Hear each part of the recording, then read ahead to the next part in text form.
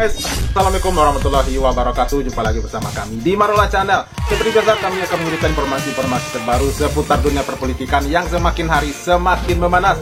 Dan terima kasih banyak bagi yang telah mengklik video ini. Semoga kalian semuanya masuk surga. Amin ya rabbal alamin. Guys, geger, rekam jejak kelicikan Jokowi untuk meloloskan Gibran menjadi wakil presiden akhirnya terbongkar. Guys, akhirnya informasi yang dinanti-nantikan oleh masyarakat akhirnya terbongkar juga. Salah satu menteri kepercayaan Jokowi menyebutkan secara gamblang bahwa Jokowi membutuhkan dana sebesar 3 juta US dollar untuk meloloskan Gibran di Mahkamah Konstitusi sebagai wakil presiden bersama Prabowo. Wow, 3 juta dolar guys, itu kalau dirupiahkan ya, kalau nggak salah itu ada sekitar kurang lebih 50 miliaran lah ya kira-kira ya. Wow, itu angka yang sangat fantastis demi sang putra mahkota menjadi orang nomor 2 di Republik ini. Pak Jokowi rela mengeluarkan angka sebanyak itu. Nah, setelah itu terbitlah isu matahari kembar di istana yang sedang ramai diberitakan saat ini. Luar biasa. Nah, penasaran? Seperti apa videonya? Ini dia. Let's go. Dua matahari kembar. Parah nih. Dalam keadaan ini. Ada soal buat saya matahari kembar. Yang orang tanyakan kualitas dari mataharinya bagaimana? Kalau kualitas yang sana itu justru mendegradasi mata. Kan kalau jumlah cahaya di sini, di situ 15, di situ 15 jumlahnya 30. Kalau di sini 15 itu 10, rata-ratanya jadi 15 tambah 25 12,5. Jadi makin redup justru Indonesia. Kalau ada dua matahari kembar, yang satu itu lumennya kecil. Karena yang satu diterbitkan dari Tidar, yang satu diterbitkan dari gorong-gorong. Hidup Jokowi! Hidup Jokowi! Ada Pak Menteri yang menjadi kepercayaan dari Pak Jokowi ini menyampaikan bahwa kira-kira akan diperlukan dana sebesar 3 juta US dollar untuk menggolkan revisi undang-undang KPK. Dan mengapa berjalan mulus? Wow, gila. Ini benar-benar luar biasa ya. Pak Jokowi mengeluarkan dana sebanyak 3 juta US dollar yang kalau dirupiahkan itu kalau nggak salah sampai angka 50 miliaran lebih lah kalau nggak salah ya. Ini benar-benar angka yang sangat fantastis nih kalau dibagi-bagikan ke masyarakat Indonesia ini benar-benar sangat menguntungkan ya bagi masyarakat. Benar-benar banyak lah yang dapat jatah, itulah kira-kira ya. Tapi demi sang putra mahkota, andaikan ini benar ya, aduh, ini benar-benar keterlaluan nih Pak Jokowi ya. Ini yang bicara ini bukan orang sembarangan. Ini adalah rekannya Pak Jokowi di partai PDIP waktu itu, Pak Hasto Kristanto, yang akhirnya buka suara tentang Pak Jokowi. Ngeri nggak tuh ya? Wow, luar biasa. Oke guys, lanjut. Jokowi punya kepentingan untuk melindungi Mas Gibran dan Mas Bobi. Maka sejarah mencatat bahwa revisi undang-undang KPK ini dilaksanakan sebelum pelaksanaan pilkada serentak di mana Mas Gibran dan Mas Bobi berproses menjadi wali kota. Maka ketika terpilih menjadi wali kota, amanlah dari berbagai persoalan hukum karena KPK sudah dilemahkan.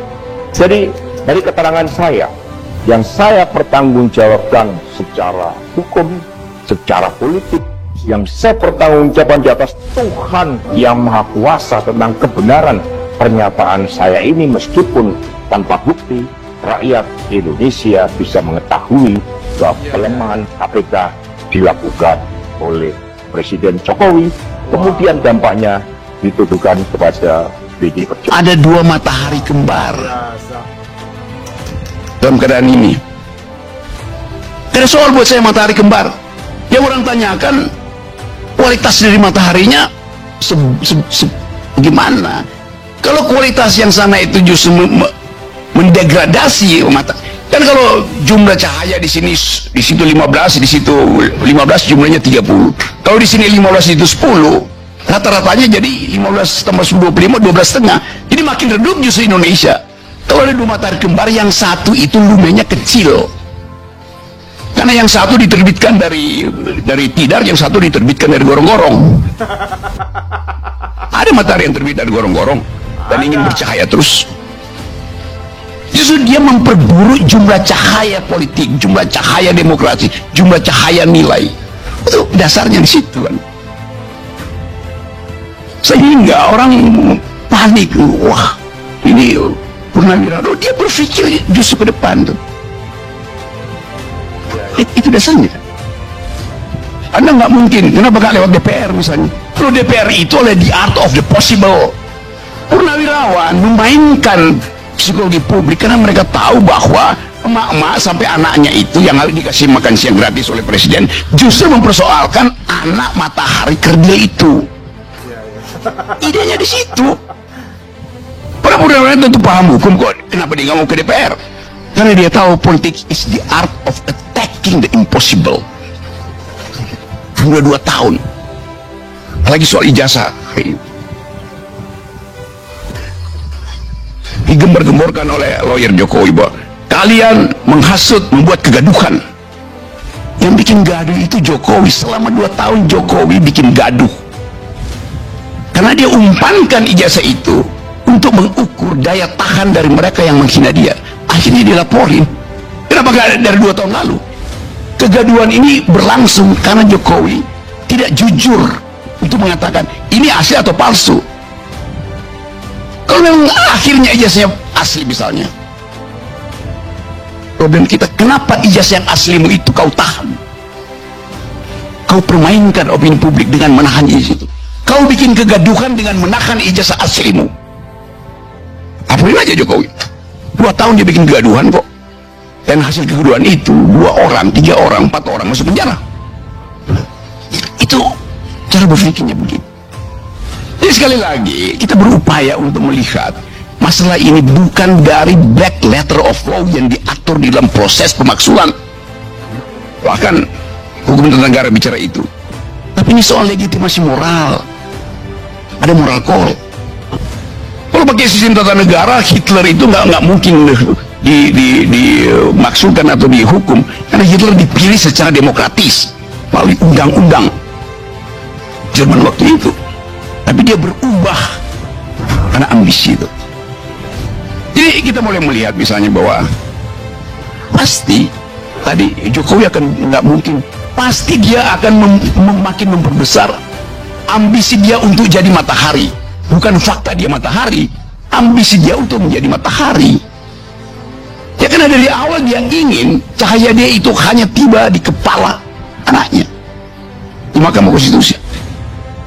Ini pertaruhan buat Pak Jokowi sebagai political animal. Dari awal dia investasi pada anaknya, maka dia mesti tuntun itu sampai 2009. Kalau batal, dia ikut diseret di pengadilan.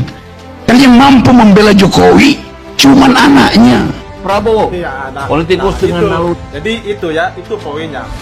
Walaupun Pak Jokowi telah selesai jadi presiden, namun anaknya masih ada menjadi orang nomor 2 di Republik ini. Jadi soal masalah ijazah palsu, andaikan terbukti atau tidaknya ijazah Pak Jokowi itu palsu atau aslinya, saya yakin 100% Pak Jokowi tidak akan diproses hukum. Saya yakin 100% Pak Jokowi tidak akan diproses hukum, tidak akan dipenjarakan, sebab masih ada anaknya gitu ya, seperti disampaikan oleh Pak Rocky Gerung ini.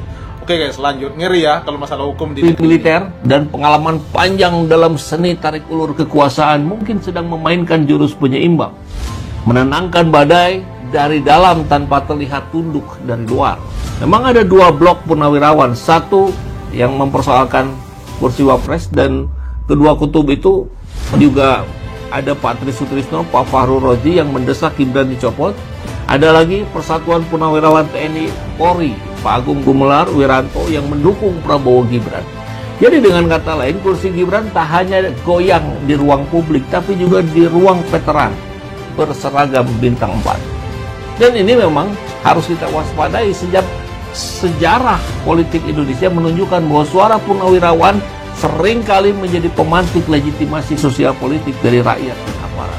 Apakah Pak Prabowo berada di dalam 2 tekanan? Dan antara diluncurkan, ternyata itu bagi-bagi kekuasaan keluarga-keluarga tertentu. Ada keluarga Opung, ada keluarga Jokowi, ada keluarga Prabowo. Keluarga-keluarga inilah yang menikmati ya janji-janji konstitusi. Sementara keluarga bangsa Indonesia tidak dapat janji apapun. Ya. Sabar, Cuman Pak MBG Jokowi, masih lama. Kami masih bertahan dan ingin melawan Bapak. Nah, kalau konsep kekeluargaan ini yang kita kenal sebagai nepotisme itu terus tumbuh subur, maka seluruh orang sebenarnya sedang terjajah oleh kepentingan keluarga, membiarkan keluarga-keluarga melanggar hak-hak konstitusional rakyat publik. Sebenarnya secara tidak langsung kita adalah bagian dari kerusakan keluarga ini. Iya, mantap. Ya, tenang Bang Ferry ya, kalau masalah jatah-jatah pembagian kue, pembagian kekuasaan, pembagian harta, tenang. Rakyat Indonesia juga mendapat jatah dari Presiden, apa itu? Bansos dan juga MBG, makan bergizi gratis untuk siswa Indonesia gitu ya. Tapi bapaknya banyak di PHK, bapaknya banyak yang pengangguran, lapangan pekerjaan nggak dibikin gitu ya. Jadi nggak masalah, anaknya kan sudah dapat makan satu kali sehari gratis, nggak apa-apa, cuma 10.000 kok. Jadi kembali lagi kepada soal kebusukan Pak Jokowi tadi yang menggelontorkan uang katanya sampai 3 juta US dollar, kalau disetarakan dengan rupiah itu ada sekitar 50 miliar untuk bisa meloloskan anaknya di Mahkamah Konstitusi untuk menjadi orang nomor 2 di Republik ini, menjadi wakil presiden bersama Prabowo. Wow, benar-benar gila ini ya. Demi sang anak, Pak Jokowi rela melakukan hal semacam itu, hal terkeji dan tercela tuh menurut saya. Ini benar yang disampaikan oleh Pak Hasto tadi. Tapi kalaupun Pak Hasto yang menyampaikan, saya percaya, sebab beliau satu partai. Mungkin 99% apa tadi namanya atau Kristanto tadi, itu mungkin beliau lebih tahu siapa Pak Jokowi. Jadi nggak mungkin beliau mencela-mencela gitu ya. Nah, semoga kasus ini segera terungkap dan semoga saja Pak Jokowi bisa diadili gitu. Oke guys, itu adalah reaksi kita hari ini. Terima kasih banyak telah menonton dan sampai jumpa lagi di video berikutnya. Terima kasih. Thanks for watching.